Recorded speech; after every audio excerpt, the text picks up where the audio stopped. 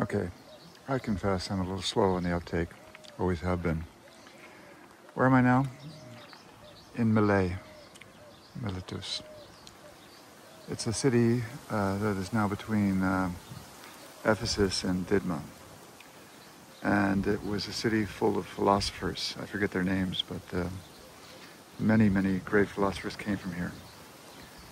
And it was an enormous city. Populations of these cities are really hard to measure and really hard to find out about because they weren't recorded. They were not recorded, I know that. Brigham Young University tries to do a good job with that.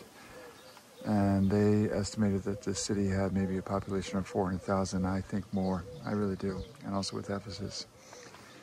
And if you look here, you can see how big the city was. It was a port city, but because they cut down a lot of trees and the rivers were filled with silt and the earth became unstable, now these cities like this city and also Ephesus are quite far away from the water, maybe 6 kilometers. And you can see here there's a whole list of temples around here, including an Artemis temple, Church of Mary, Athena temple, a temple of Demeter, and so forth and so on. The Artemis temple's over there on a hill, so it's not within the city walls. I've been there, it's over there. And the reason why I'm here again today, and I've been here a few times, is because I want to show you the city. What we're going to look at now is the theater, the amphitheater, which is enormous. And that's used to face the harbor because they wanted the audience to be able to look at a beautiful view in the background. Especially if the show wasn't any good, they could enjoy the view. I could across the street. And later I'll have a coffee over there. But as I walk towards the theater now, I want to share with you a little bit of an awakening that I've gone through in the last couple of years. Some of you know that I became aware of Artemis about 10 years ago and built a website up for her called The Veils of Artemis. But slowly I began to explore some of the goddesses which are all here at home. And that's why I'm here actually, because I'm going to offer a yearly seminar here on the goddesses here, because there are so many goddesses that were venerated here, just in this area around Ephesus, that you can really go deeply into the divine feminine here, maybe more than any other place in the world actually, because the Greek mythology did a great job mapping not only heaven and earth, but also the human psyche. These are stones that remain from the theater here. And the reason why I'm going to the left is because I want to get back to the idea why I'm making this film, and it has to do with an awakening of a goddess which I'm slowly beginning to explore. And that is the goddess Cybele. Cybele, one's German, one's English. This is the way you say it. Some people didn't say it in American English. Cybele, doesn't matter. A rose is a rose by any other name. Comes from central Anatolia, maybe originating in Chthonic, the oldest city in the world, near Konya. And this theater is enormous, but in the underbelly of the theater, and that's where I'm going, is a cave. Cybele is known to be found in caves, especially where there's water. And this is what I'm getting at. Often, when a city or a temple was built in these areas and on the Greek islands, they would build it on very close to a deity who would protect it. Here it says the cave sanctuary. This is so old. They did that in Patmos, Samos, where I was just at, there's a vast array of caves, all dedicated to Cybele. And even on the island of Patmos, where Artemis was the primary deity before Christianity set in, they venerated also Cybele. I'm pretty much convinced that the Cave of the Apocalypse shows us plenty of evidence that they celebrated a goddess. Oh God, what are you doing here? I know that Cybele liked to have 2 dogs or 2. What are you doing here, sweetheart? Huh? What are you doing here? It's cool here, huh? Are you taking care of Cybele? Are you taking care of Cybele? Oh God. Yeah, or is she taking care of you? Oh my God. They chipped the ears here, which is good. This is one entrance, and normally it's water filled. Not now because the waters have dried up. All right, you just take care, okay?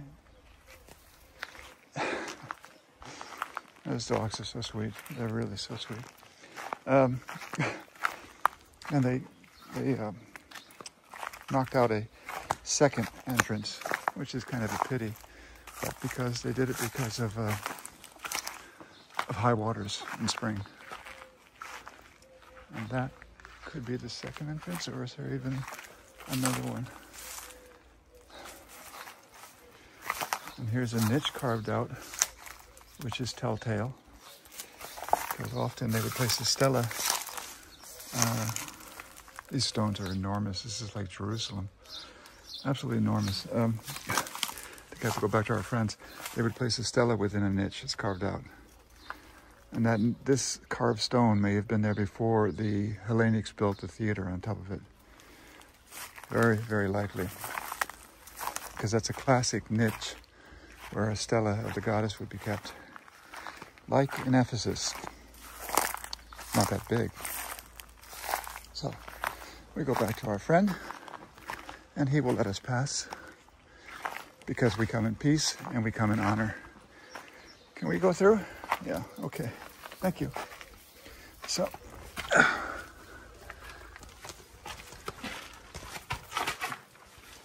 you gotta stay young here. Actually, this is the second entrance. And now you enter this area here, which was clearly a cave, either formed naturally and then further chiseled out. And now we're under the theater, okay? That's the other entrance, by the way. I missed it. And this is pretty clear, without a doubt, that here, in this niche here, you can see her nearly.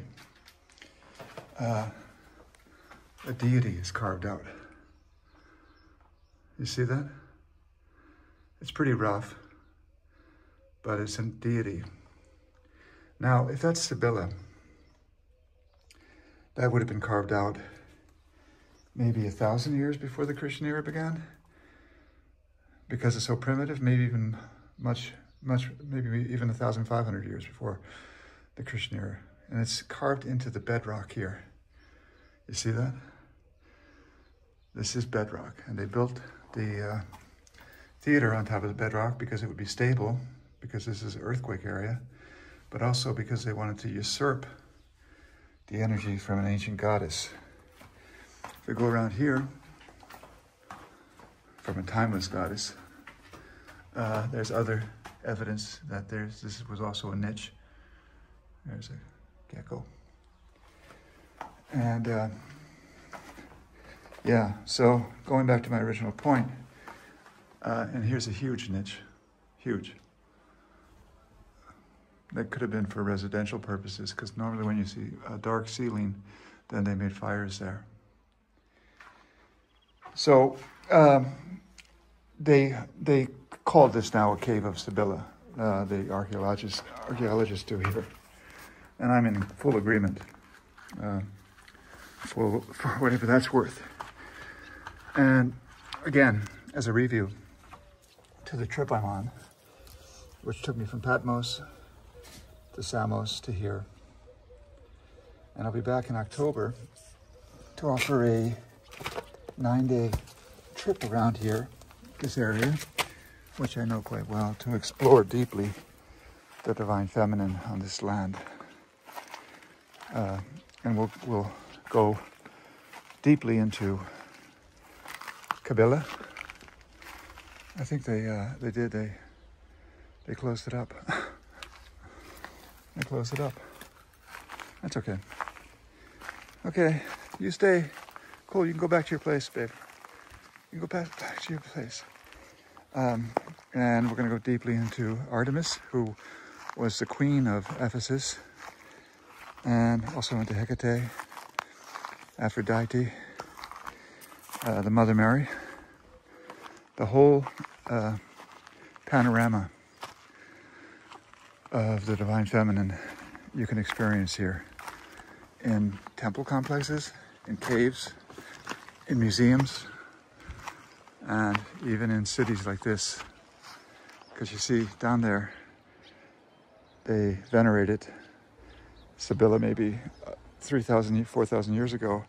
And then after the Greeks got here and started to build, and the Romans took over, they would build these cities basically on Cybele. And the Romans had so much respect for Cybele that they actually put a statue of her on a boat and sailed her off to Rome to protect the Roman city of Rome. Okay, folks, that's all I wanted to share with you from here. Take care, and hope to see you in October here. It'll be my pleasure.